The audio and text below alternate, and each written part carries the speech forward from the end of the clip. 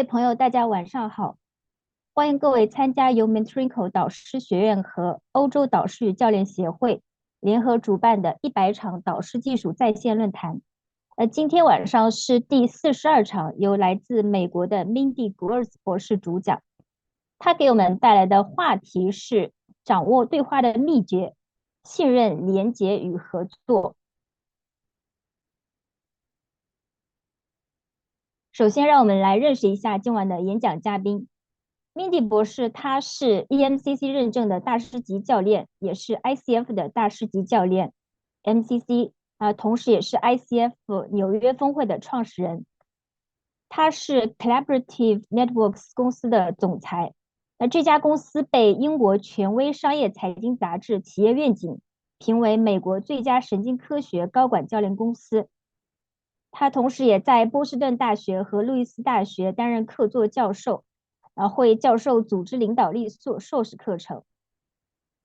以他为第一作者出版的书《未来领导者的对话秘诀》是亚马逊畅销书排行榜第2的书籍，同时也是商业领导力热门新书中排行第1的书籍。这本书大家可以去找来看一看。这个我们今天主讲的话题呢，也是跟这本书有关系。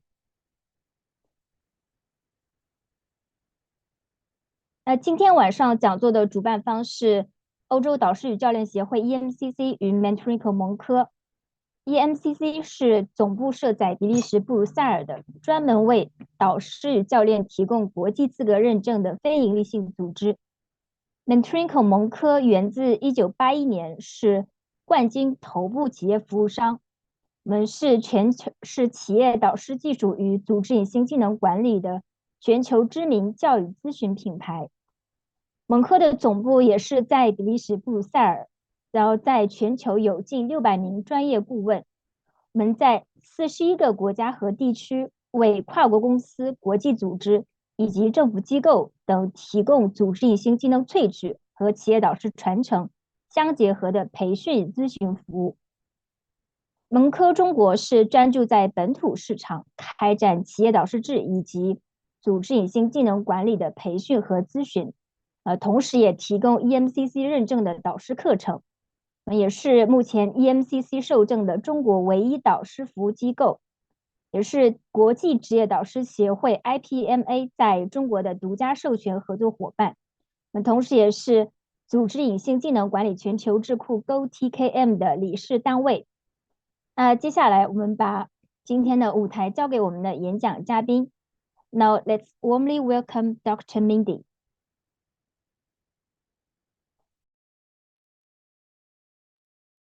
Good evening, everyone. It's my pleasure to be here tonight to present to you Conversation Secrets, how to really create trust, connection, and collaboration.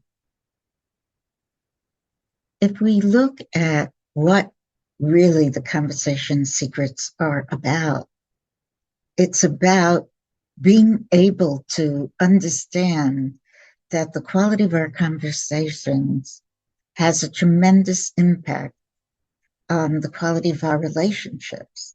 And in the workplace, the quality of our relationships has a tremendous impact on the culture.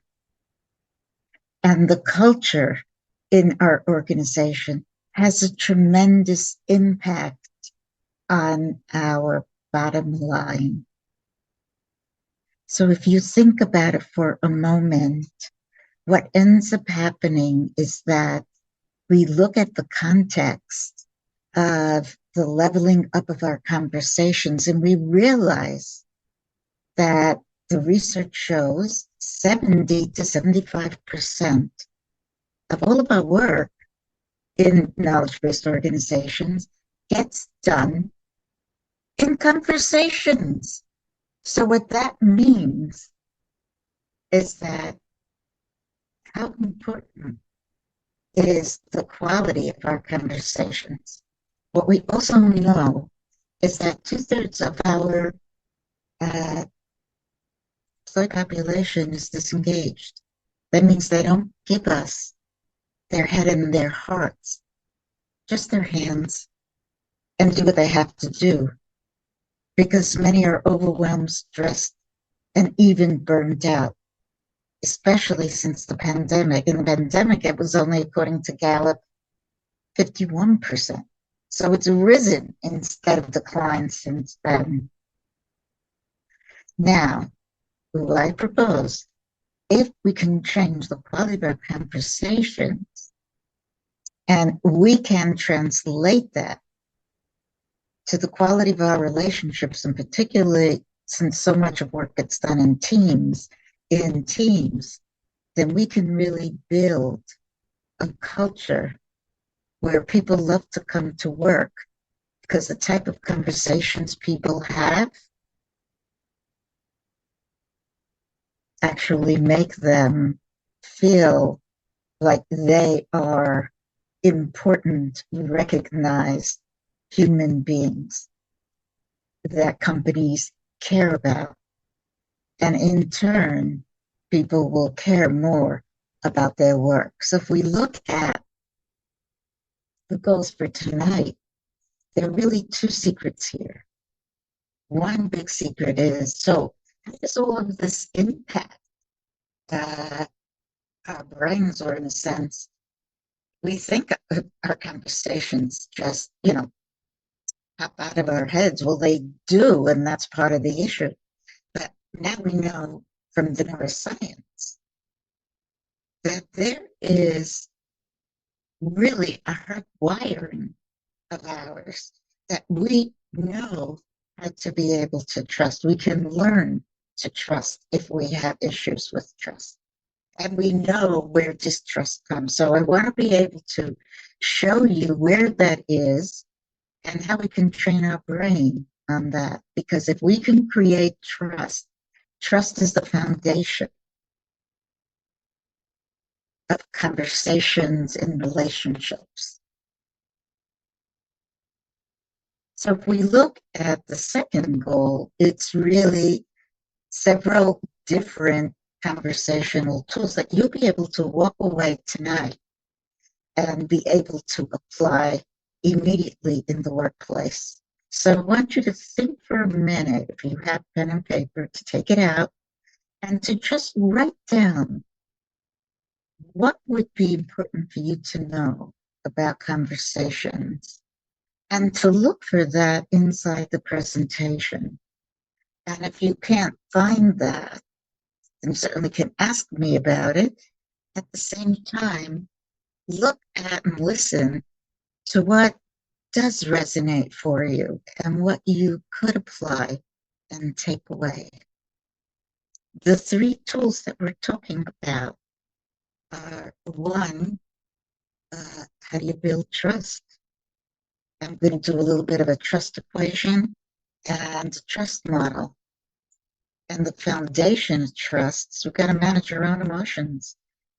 So we'll do a tool around that, and then one around the three different levels of conversation. So you can get to see which conversations are good for what type, or what type of listening is good, or what type of level of conversation is good for what situation.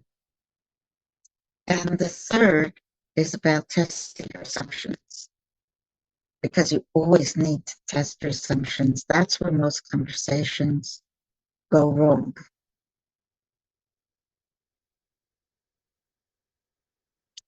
So when we look at the brain, because remember we talked about the neuroscience of the brain, and we look at the brain, we find that there are really, as I said before, built in literally into our prefrontal cortex is trust. That's where we know from functional MRIs that trust lives. And distrust lives in our amygdala. And what that means is that when we have our executive function, because that's the prefrontal cortex, think about it. It's, you can see this, it's fist, and then a thumb going down. Here's the prefrontal cortex. Here's the hippocampus. The hippocampus is where we store our kind of book learning. Here's where's the executive brain. our real thinking brain. And all the way down here in the back is the amygdala, the little almond-sized brain. And what we know is that that little almond-sized brain of ours in the limbic system controls our emotions. And we know that if in fact it is the emotions kind of gang up together with our basal ganglia, which is back of our neck right down here, then, and that means our autonomic system, the way we breathe, the way, automatically we would smell things and uh, just do everything without even knowing that we're doing it.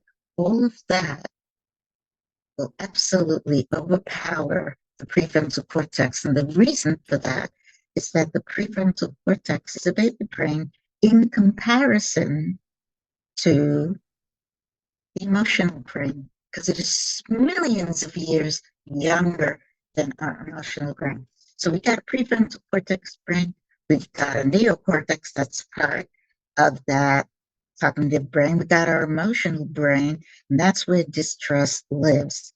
And then we also have our heart brain. And in addition, there's one that we don't show here, and that's our gut brain. How many times have you said to yourself, I have this feeling in my gut that this is what I should do? Well, listen to it, because there are neurons that go from the gut all the way up to the brain. Same thing with the heart, through the vagal system. There are more neurons going from the heart up to the brain than there are from the brain going to the heart. So one of the things I would do with clients is to say to them, okay, here is what your brain is saying to do, the rational part. Now talk to your heart. Let the cognitive part talk to that, to the heart. And what does it say? And then the heart talk back to the cognitive part of you. And both of you talk to your gut and see what the gut says. Because we're all interconnected. It's not some little homunculus sitting in our head and, managing everything. We are very interconnected and one complex human sentient being. It's quite amazing. So learning how to have your heart, your gut, and your brain, your cognitive brain, talk together can amplify your conversational impact. So if we want to take a look at a trust equation, there's one by Charlie Green, that's my favorite.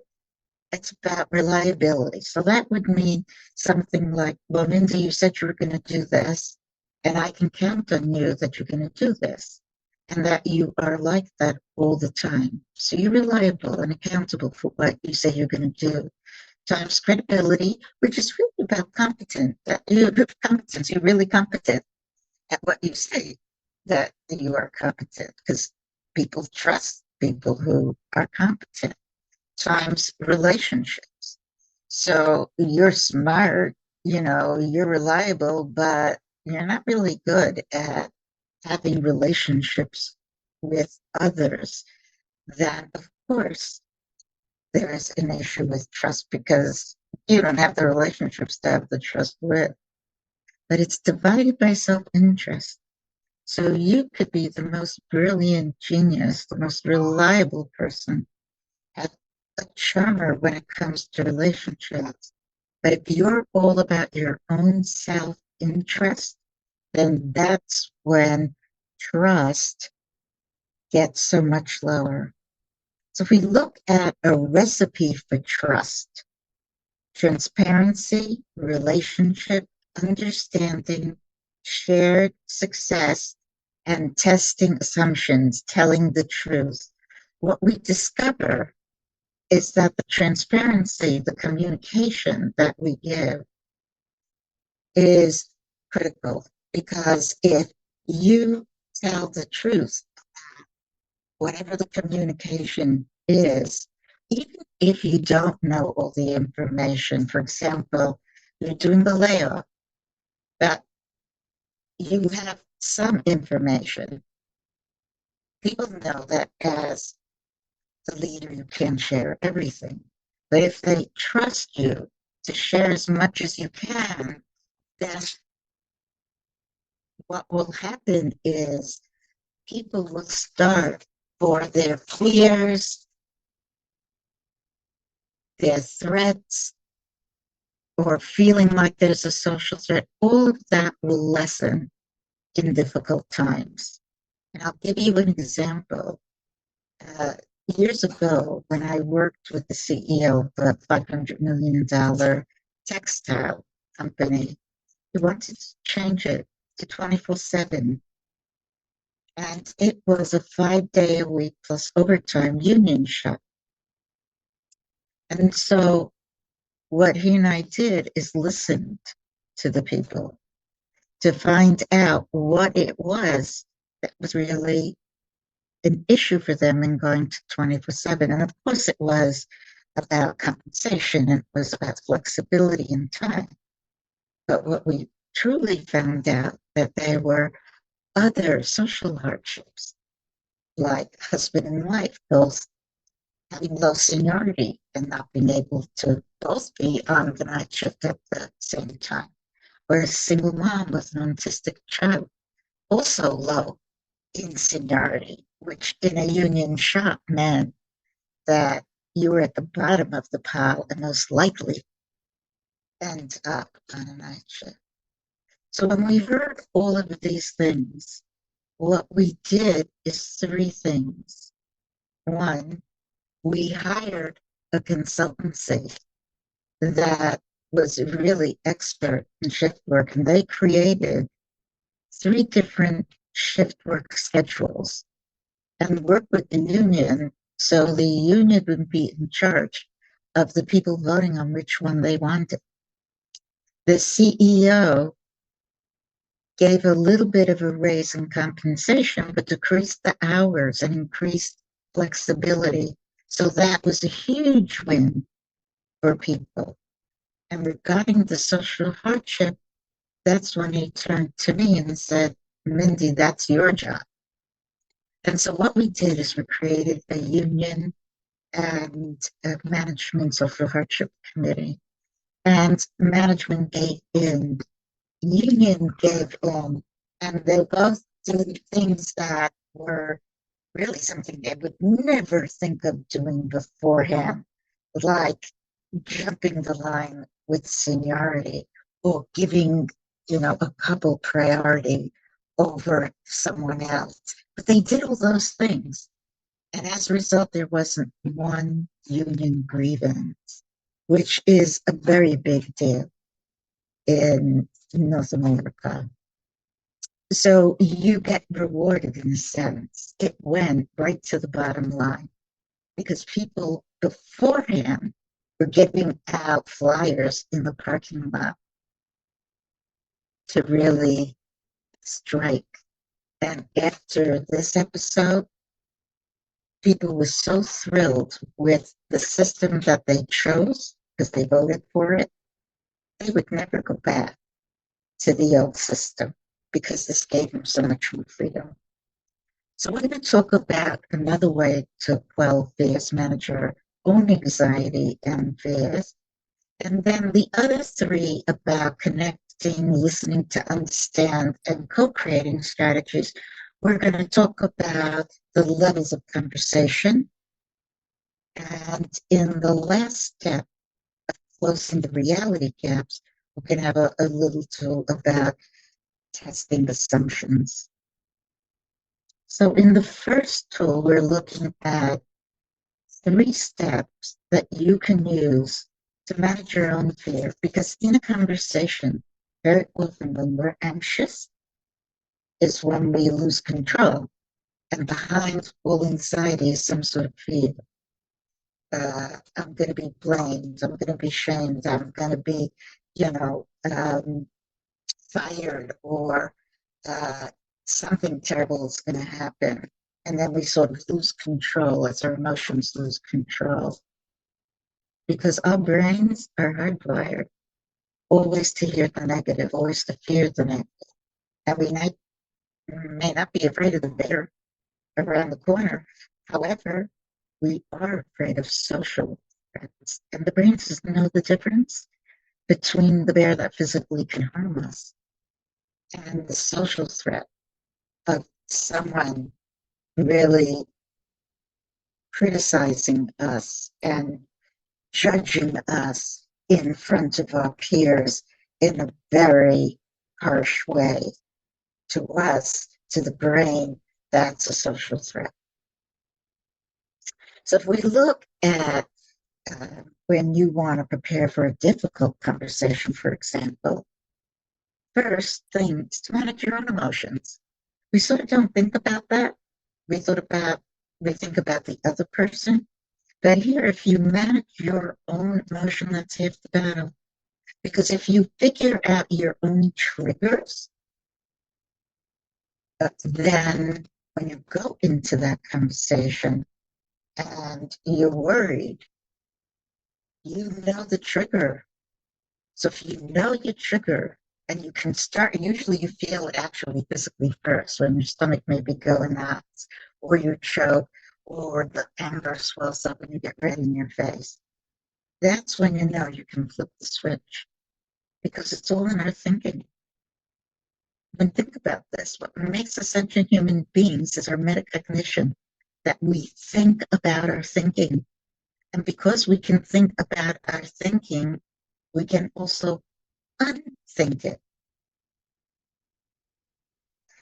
So I have a client who used to, one thing that worked for her was putting a rubber band on her wrist. And every time she kind of felt like she was losing control, she would just lick the rubber band. And that would remind her to stretch her brain enough for that 0.07 seconds that it takes for the amygdala to hijack the executive function. So if you can do that, that will calm your brain and will give you enough time for that executive function to set in. And the executive function can say, okay, I'm going to choose not to be angry, even though I am furious. So it's not about squashing down emotions. It's about acknowledging the emotions, but being able to regulate the emotions. So look at what it looks like on the brain.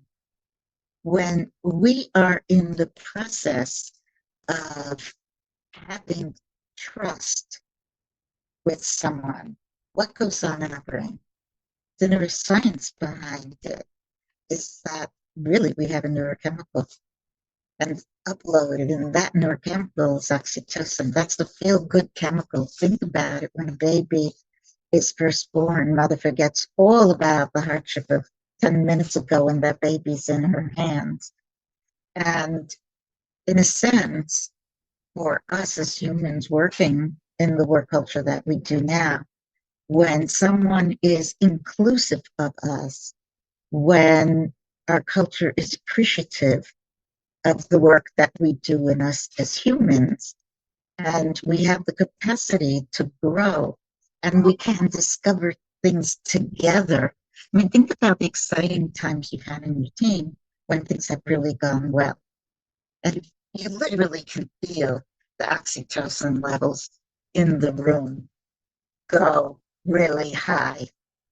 On the other hand, the same is true, but the opposite in when you have distrust. So what happens is the neurochemical is not oxytocin.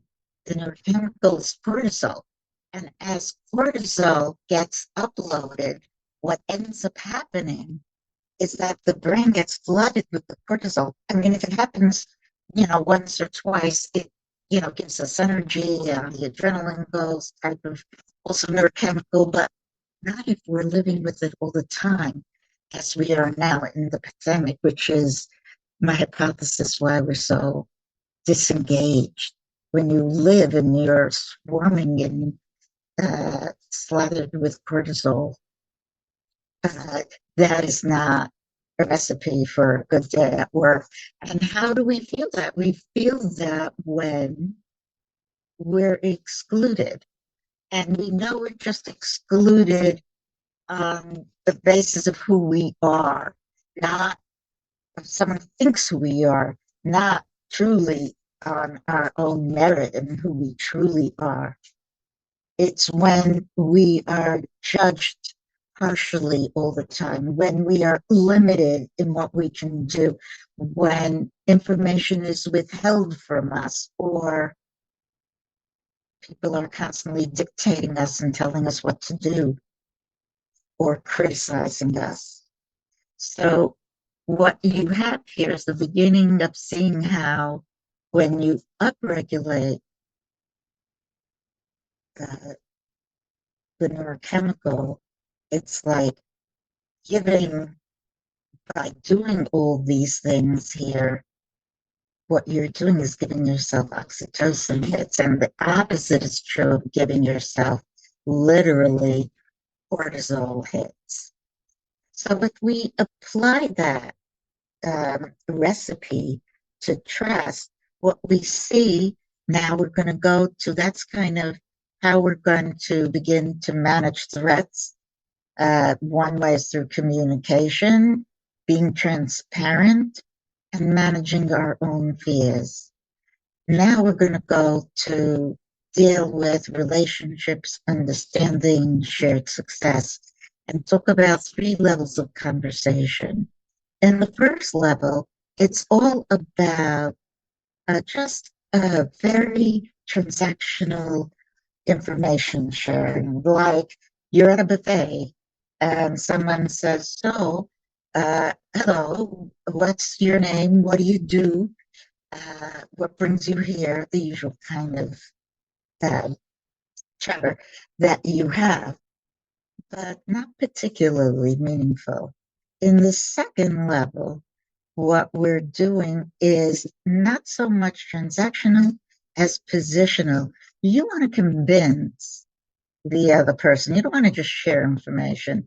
You want to tell that used car salesman how much you really want to give for that car. And the used car salesman is trying to get you to pay for the car at whatever price is the greatest price that they can have.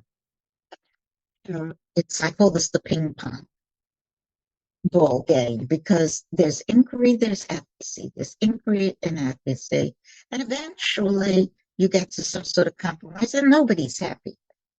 However, just like in level 1, there are good times, that you want to do that, like when you're with a used car salesman and the relationship is not as important as is the task.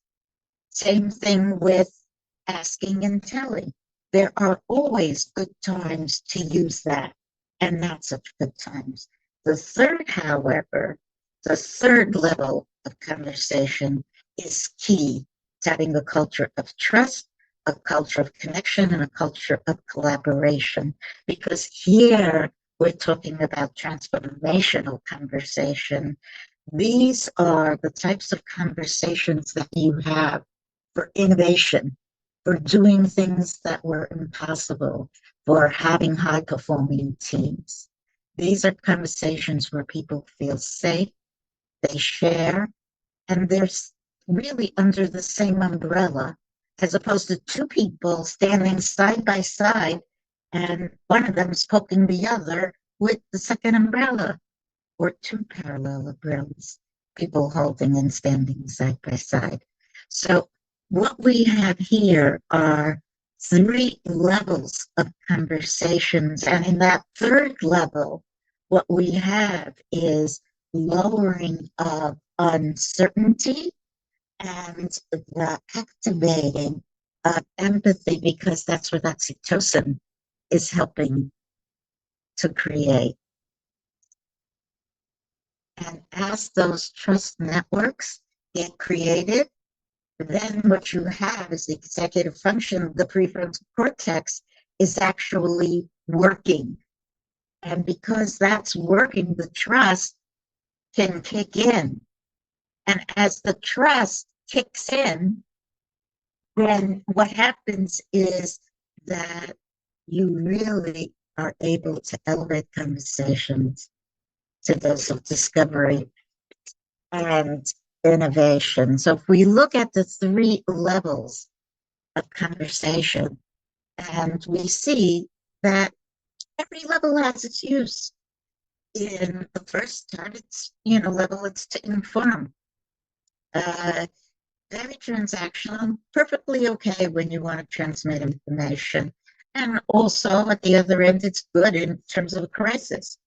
If someone is running into one of your kids, small kids is running into the street, you don't say, so how do you feel about that? You tell them as loudly as you can so that they hear you is stop, wait, don't go into the street. And it is about, did you hear me? And in a crisis, that can be okay. And level two, it's more about convincing someone. It's more about, do you agree with me? So that I'm not going to be listening to you except to figure out how to get you on my side. In level three, it's different. It's like the two people under an umbrella kind of um, sharing that umbrella, kind of embracing change. That's when you use this. And it's about, how are we connecting? How are we connecting? How are we collaborating? And a very simple way to remember this is going from I, which is that level one where I'm giving you information, I am telling you what to do, or I'm selling you, oh, this is going to be great for you, this layoff. That means that you're a survivor and you really made it. And the other person looks at the boss like, you're kidding me, right? Now I'm going to have to do double the work for the same pay. Or very often on the other end, this kind of transactional leader is a command and control leader who will be raising their voice and demanding and commanding and not thinking about the people, but just about the results. I call this um, the CEO who leaves bodies in their wake. And the second one, as we move in terms of our listening from, I'm listening because you're giving me information. That's all very kind of very simple. Or I'm listening because I want to understand you. I want to understand you so I can convince you. In the third level, I want to understand you so that I understand how you're making sense to yourself so we can figure out how we can work together or figure out what that innovation looks like. And after we do that, then the question becomes, okay, here we have our third tool. And our third tool is called testing your assumptions. And the reason I chose that tool, among others, because so often in collaboration, in, uh, in conflicts, the issue is that people may agree on the problem, but they don't agree, for example, on what the solution is. But very often they don't examine what the assumptions are underneath the solutions that they suggest. So here, the tester assumptions is about always try to remember that the glasses that you see the world through can be different than someone else. If I say to you, and you're head of resources, that I'm going to cut resources by 20%, what would an HR manager currently think? Think he's going to fire, 20% of my people. Instead, ask, what do you mean by that? We have a little, you can even use this, it's a wonderful example of double clicking like you do on a mouse. Can I double click on that, Mindy, when you say 20% of resources? And I'll say, yeah, all of those executive leadership teams in the fancy hotels in Las Vegas, forget it. They're way too expensive. We can't do that anymore. And then I see this side like, oh, she didn't mean people at all. She was talking about different type of resources. But very often that's where, because we don't test our assumptions. So if we look at this, we call this the dashboard, the conversational dashboard by Judith Glaser in her book. Her book is Conversational Intelligence in 2014. She was actually a mentor of mine. And what we show here is that as we move in our levels of listening just to respond, listening to convince, or listening to understand how you make meaning to yourself, kind of determines the kind of conversations we have. And they're perfectly fine for different purposes. Just remember what type of conversation you're having. And one of the tools also in testing your assumptions, if you have, for example, a team and they're having conflict or some sort of a change and we've got resistors, you can ask people, where are you in this process? Are you a skeptic? Are you a wait and see? I'm going to kind of see how it goes. Or are you really a co-creator? And frankly, in change, 1/3 loves change, 1/3 hates change, or 1/3 you can bring along. So here we see on one end, on the red end, we have the distress from the amygdala. On the other end, we have trust and how much the neuroscience plays a part in this. So what you're going to do in terms of testing your assumptions, the first thing is to understand, or like the quote, you can never reason someone into something they already believed with rational argument. Because when people believe something emotionally, the rational just doesn't kick it. We're really social beings who are sometimes rational. So in behavioral economics, what originally the economic theory was is we're all objective decision makers. Behavioral economics comes along and says, no, we're not. We're really quite subjective because we're really social emotional beings. And so when people make decisions, you do have to take the emotional into account. Just look at the stock market. You have your proof right there. So remember that we each have our own way of looking at things. And once the brain is imprinted that way to test your assumptions, the neurons will fire that way. And you'll always remember to ask. Because if you don't ask, you don't get. So first, be aware of your own meaning making. 2, test the meaning behind your own assumptions. And whenever you can, embed it into your teams and into the workforce. They're actually, I believe the military now does that, where they have red teams that will play that devil's advocate role just so they can test assumptions. Now here's where we put everything together.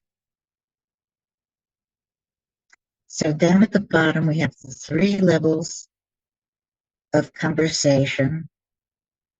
We have moving from cortisol here and trust being conditional to the oxytocin with high trust. It's moving from I to we. And here's kind of the key for the trust relationship. And what we see here is the mirror neurons in the sense that are behind our orbital lobe. We have 30 seconds every day. Our brain a million times a day is asking, do I trust this person? Do I, is this something that's going to harm me or is going to be good for me? And so unconsciously, we're constantly doing it. When we lose someone's trust, it's much harder to get it back.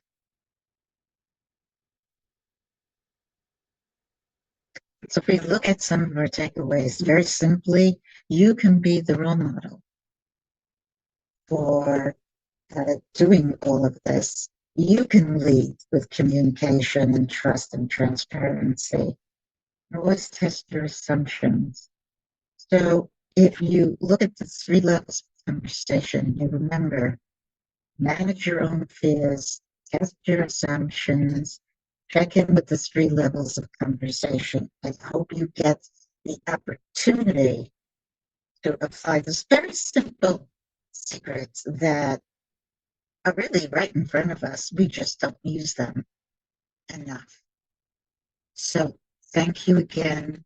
I appreciate your listening to this presentation. I welcome your comments and feedback, and I appreciate you. If you want, you're welcome to check out my book, Conversation Secrets for Tomorrow's Leaders, 21 Secrets that people don't use enough. So with that, I wish you well, and thank you once again for being such a wonderful audience.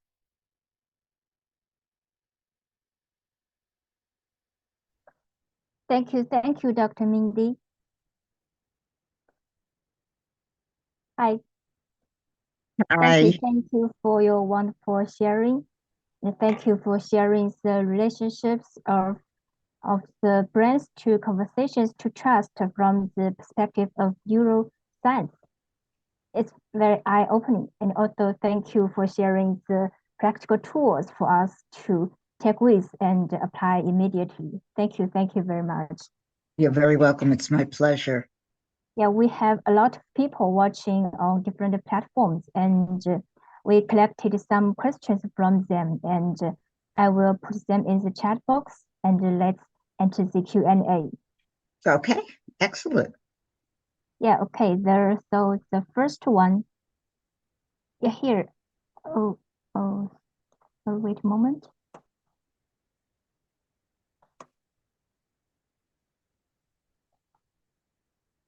Yeah, the first one. Yeah, I'll read it and for the audience to listen. Yeah. I noticed many conversations between the leader and the employees are at the first level, just ask and order, which can make employees feel resistant and thus don't perform well. Then how can the leader change this conversation mode? Or how can the employee deal with this situation? That is an excellent question. So first, it would be wonderful for the leader themselves to be able to change that. And very often, that's what we do through the executive coaching, is for the leader to understand that by doing that, what they end up having is, as the person had said, a resistant employee who can become easily a disengaged employee. Because what you're doing is really, as we said, you're building up the neurochemical cortisol, where the individual may just get overwhelmed with all the work, or the kind of what I call either addicted to being right, or the tell, yell, and sell, which is, I'm just barking orders. I just want results. And the person just feels like a widget. So that's for the leader to kind of say, wait a minute, that kind of conversation has a terrible impact on people. And the way to change that conversation, the first thing to do is to be aware that that kind of conversation is extremely harmful to the individual and also to the culture of the organization.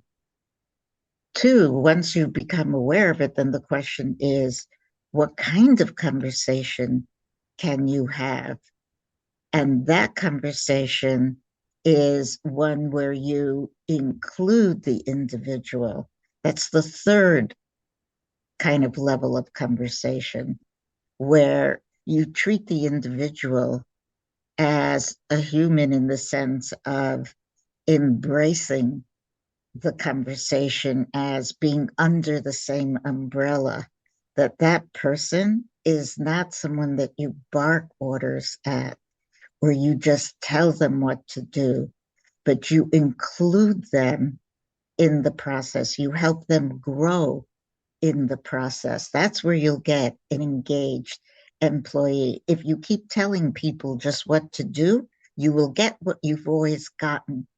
And that's why my hypothesis, we have a lot of people who are, as we call it, they haven't resigned because they can't. They really need to keep their jobs. What they've done, however, is they're quit in place. In other words, they're just doing what they have to do because they're not treated with that humanity. Now, the question becomes, what can you do as an individual when you're in that kind of situation? Now, of course, there are the two ends of it. One end of the continuum is to understand that that's never going to change with your boss.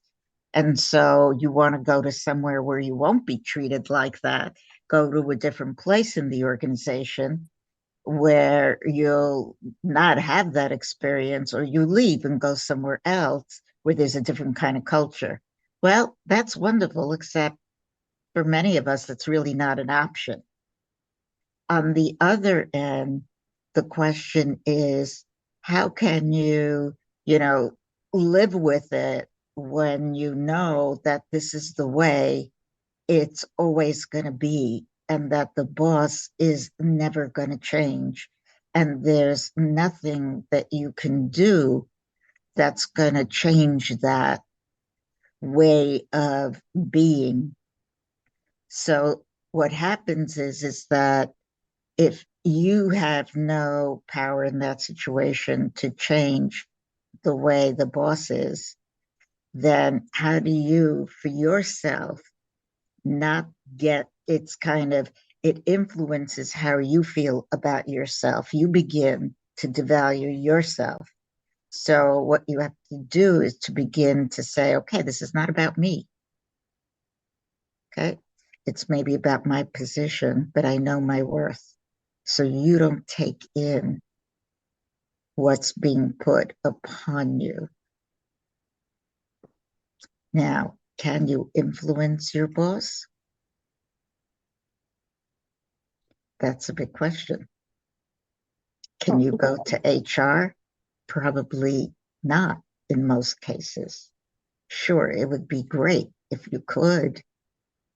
And sometimes you can in the extreme cases, if there's harassment, if there's workplace harassment. But in many work cultures, it's really about how you can take care of yourself. And if you can speak to your boss, it would be something like this.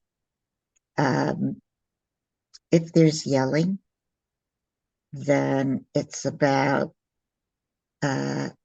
I do better when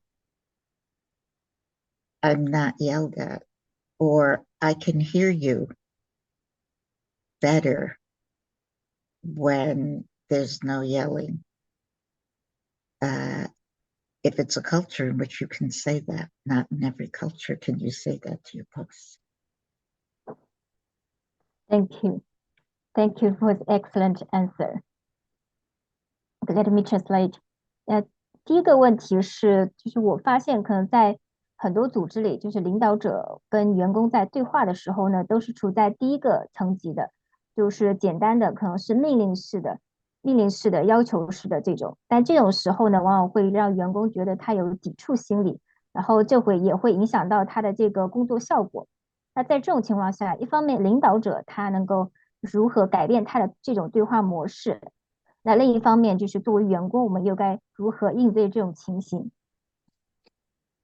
？OK，那首先第一个问题呢，首先这个问题就是问的非常好，因为我们也是就是非常常见的，特别是我在做高管教练的时候，也会遇到很多就是这种类似的情况，因为特别是我们就是领导者，因为我们发现领导者他在这样跟员工对话的时候呢，其实会影响到这个员工的情绪，比如说情绪，就像我们刚刚在这个演讲中提到的，可能会让他比如说体内充满了皮质醇。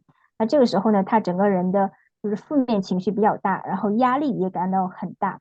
那这个时候他就会在工作中表现出一种就不够投入、一种比较待业的状态。那因为这个结果呢，导致的就是可能说，是员工他的这个成果比较就是表现的不那么好，就不那么可能让领导满意。因为领导的话，你只是说在对话中只是说我告诉你怎么做，我让你怎么做，或者是甚至是对对方就是大喊大叫，那也就是只在乎结果。那这个对员工来说呢，其实并不是一个就是很好的一个沟通方式。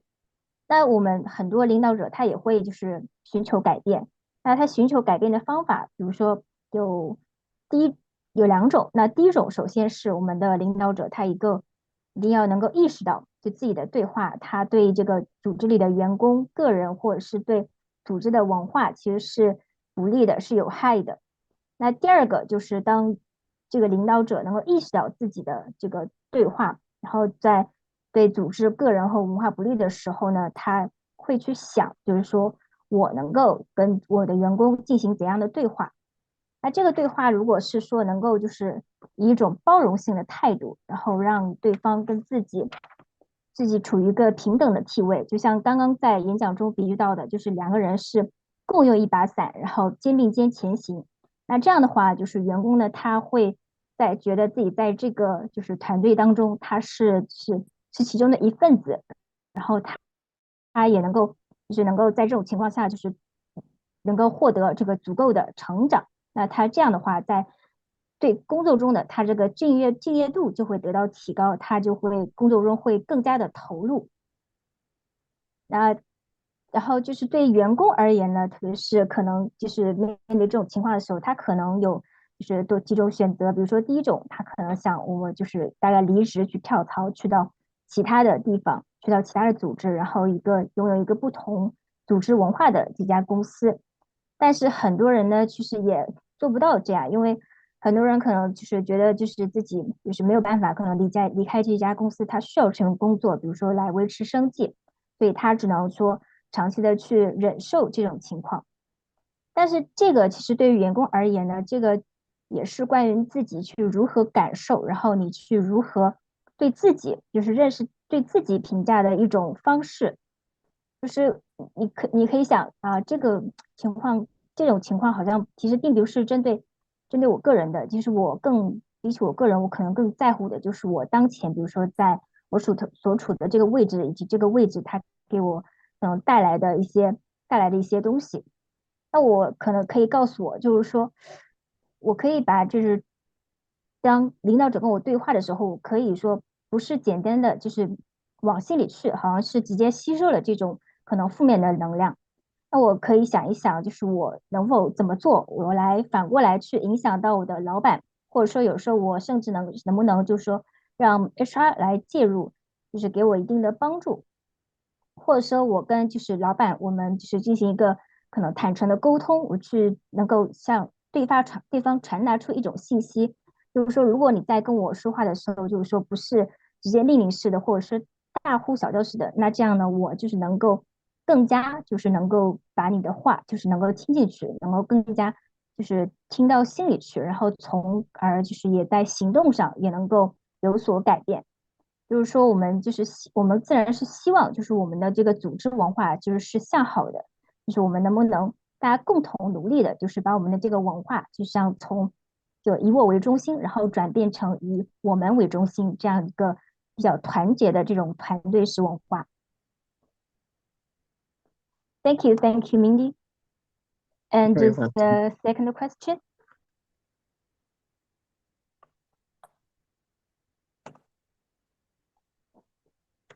As the second question, yeah, it's about your book. Yeah, since there are 21 conversation secrets, can you Yeah. introduce one or more secrets? Yes. And what would they like to know about the book? Just in general, it's very interesting because what we learned in the book in terms of the work is that conversations can really be the bedrock of changing relationships, changing the quality of the culture in an organization, and actually impacting the bottom line. So what we decided to do is to really write very simply 21 different tips for individuals, leaders, to be able to utilize different ideas to change their conversations. So, both on the individual level, and I'll give you a very simple one. This is one of my favorite, and that is Hi, very, Mindy. It's yes. I'll translate, please. Sorry, I need Yes, to, thank yes, you. please translate. 好，那第二个问题呢，是关于就是我们 Mindy 她写了一本书，是关于21个对话秘诀。那今天我们因为讲座中并没有全部都涉及到，然后我们就是 Mindy 博士能不能再多介绍两个？就像我们刚才就是演讲中也提到的，就是我们因为考虑到就是这个对话，它影响到我们就是我们人与人之间的关系。那在组织里，它这个关系又会影响到我们组织的文化，然后组织文化又会影响到我们个人的一些可能为人处事的一些底线。那我们就是在就是研究这21个对话秘诀的时候，我们也想就是尽可能的去做，其实让它变得这些就是简单一些，但是发现是那些比较简单的秘诀，但是又常常容易被我们忽视的。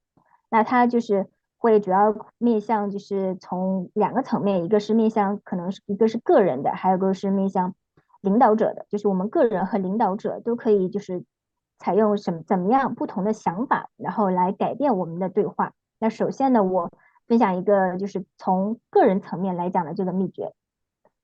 Yeah, please. Thank you.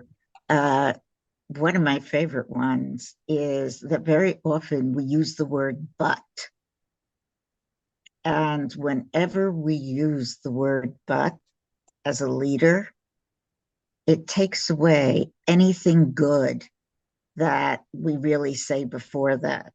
So if you say, Mindy, that was a wonderful presentation, but here's what you could do better. The brain, the neuroscience of it is, the brain just hears what you say after the but, because we're trained to hear the negative. So banish the word but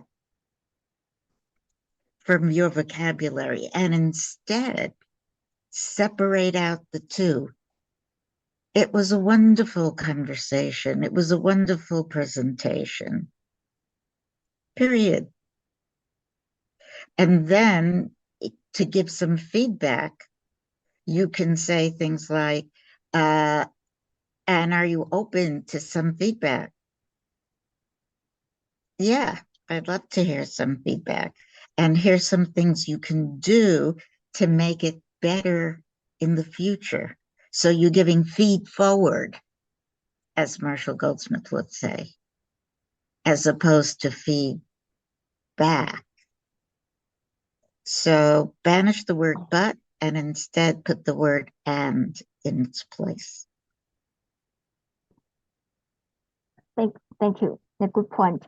那就首先我们第一个秘诀是关于就是一个很简单的，就是我们在对话的时候，领导者可能在比如说跟员工对话的时候，尽量抛弃"但是"这个词，举个简单的例子，比如说 Mindy，你刚刚这场演讲做得非常好，但是，但出现这种但是的时候呢，就是 Mindy 可能听到这个话的时候呢，他的情绪就有了一个转换，因为他可能因为根据我们的大脑运作机制啊，我们大脑其实像皮质醇，就往往会去听那些你的那些不好的那些信息，那你的大脑可能说就瞬间忘却了，哎，你这个演讲做得很好这样的好的反馈，然后瞬间就转向了这样消极的一面。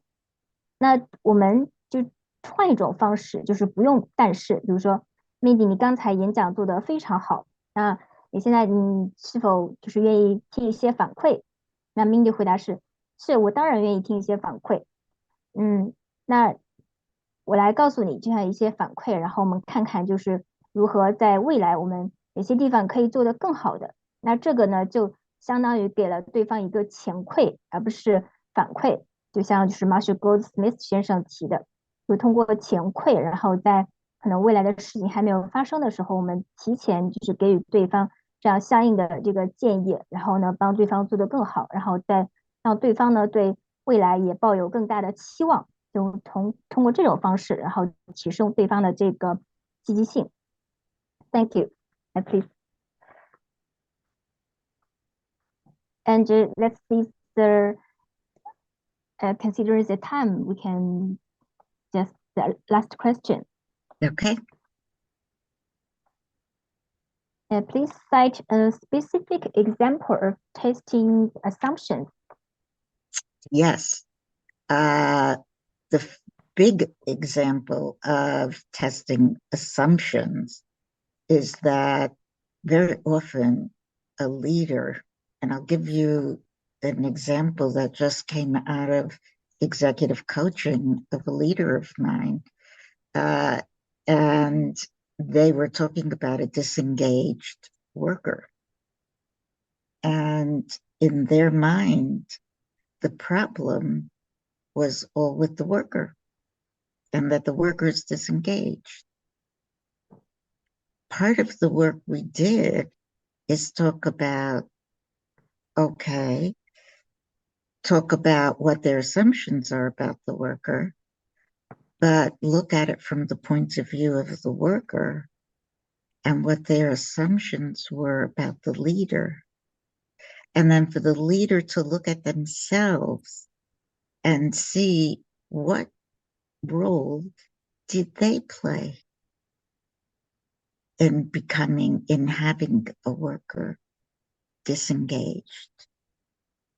So there's a whole ecosystem around a systemic approach that I take with testing your assumptions. So look at it from a 360 perspective, not just simply what's in front of you, but look at how you're viewing it, looking how the other person you think is viewing it, and test your assumptions, what's happening around it in the environment, because it may be very different once you look at it that way. Because you can change what you do as a leader much more quickly than you can change the person that you see as disengaged, because it's through you changing that you can then change the individual. So testing your assumptions, very often it's about yourself and your own awareness. Thank you. 那第三个问题呢，就是关于我们提到了刚刚三个工具的第三个，就是验证你的假设。那我们请 Mindy 博士也举了一个具体的例子，关于验证假设的。首先，就我们这个例子呢，就是关于我们是领导者，然后也是我在做高管教练的时候，然后遇到的领导者就是带来的话题。就他觉得就是他的员工，就很多员工就处于一个就是怠工状态，他们就比较的懈怠。然后出现这种情况的时候，他觉得问题是出现在他员工身上的。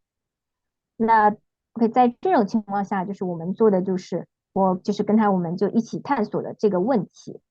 OK，那你觉得就是问题出现在你的员工身上，那你就是有没有想过你的员工就是又是如何就是看待这个问题？你的员工他又是如何看待他自己，然后又是如何看待你作为领导者的？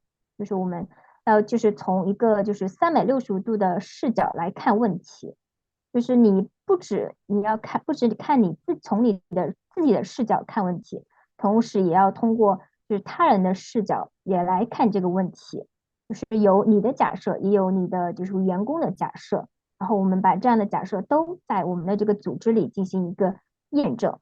因为其实从你作为领导者的角度来讲，就是你作为领导者，如果你做出改变的话，其实这个速度要让你的员工去做出改变，其实要更快一点。就我们说到这个验证假设啊，其实更多的是关于我们自身，就是你自己的看法，然后你自己的一个意识的一个唤醒，就是你要从更多的维度来去看待这个问题，然后再去做一个验证。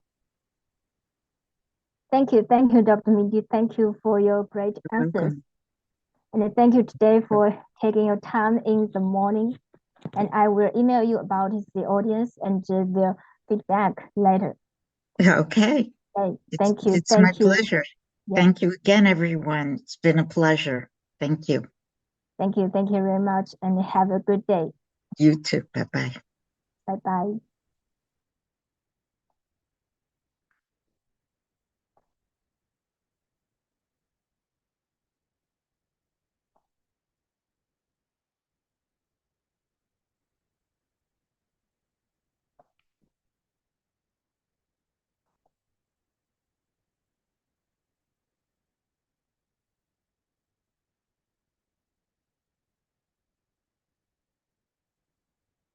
好，现在呢，让我们非常感谢Mindy 博士今天的分享。然后大家回头的话，其实可以在我们的平台，然后观看本场直播的这个回放。那现在呢，我做一下我们下期讲座的预告。我们下期讲座是在下周二，是在5月16号10点，是由来自悉尼的这个大师级教练 NCC 是 Amos 先生，然后他是现场与我们的高管，然后现场进行一个 demo，就是现场的真实的教练辅导。我们非常欢迎大家的旁观以及然后积极的参与我们的这个问答交流环节。感兴趣的朋友可以扫右方的二维码，然后报名参加我们的这次活动。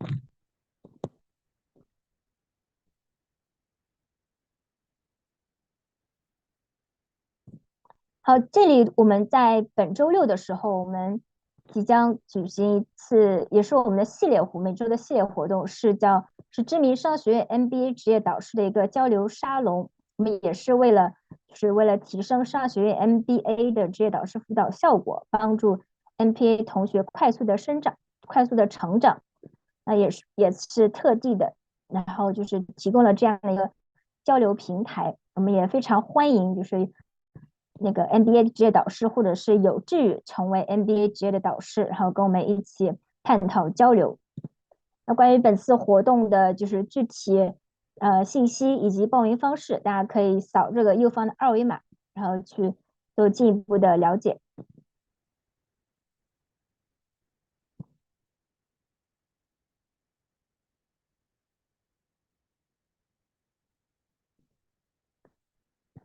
另外呢，我们在本月的27号，就是周六的下午，我们将举行我们欧洲导师与教练协会 EMCC 月度会员的开放日。那这个会员的开放日，我们也是面向我们国内的我们的导师、教练、督导，或者是有兴趣、有志向成为导师、教练、督导的朋友，提供这样一个分享交流的平台。然后在这里呢，大家也会了解到这个导师、教练、督导的国际认证，以及最新的前沿研究成果。那这个报名方式呢，也在这个右方，大家可以然后报名，然后积极的参与，还有加入我们。那关于这个导师的国际认证呢，我们即将在6月份的时候开启我们新一期的这个国际导师认证课程。我们这次活动课程呢，也特地开放了一些优惠名额，但是非常的有限，大家先到先得。然后那个感兴趣的朋友可以扫这个右方二维码，然后去可以就进一步的去可以跟我们的客服人员进行沟通，去了解我们这个课程的具体相关信息。那这个国际职业导师呢，一旦拿到这个认证以后，它是在140多个国家通用的。那对于这个导师，然后大家可能有一些疑惑，这个导师他有哪些特别的地方？就我们这个导师呢，他主要有5个特色。首先，第一个呢是导师，他会帮助学员选对方向，做对事情。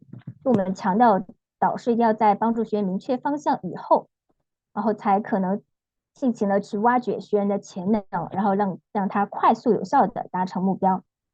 第二个是我们不仅仅强调说仅仅是一个目标的完成，同时也非常注重在这整个过程当中去让学员提升他的能量一个状态。三个是我们导师会帮助学员去激活身边的资源，这个激活不仅有外在的资源，还有他内在的资源。那第四个是我们导师辅导的这个设定的 KPI、KBI 以及 ROI 都是可以被有效计量的。那最后一个也是我们蒙课的一个特色，就是组织隐形技能萃取这样一个技能。那这个技能呢，就是如果导师掌握了这个技能，它不仅可以是说只是向学员传承自己的经验和智慧，也可以把他人的智慧和经验同样的去然后萃取传承给学员。那非常欢迎大家跟我们加入这个导师认证的行列，让我们一起开启一个没有天花板的视野。好，今天的讲座就到这里，非常感谢大家的观看和参与，我们下期再见。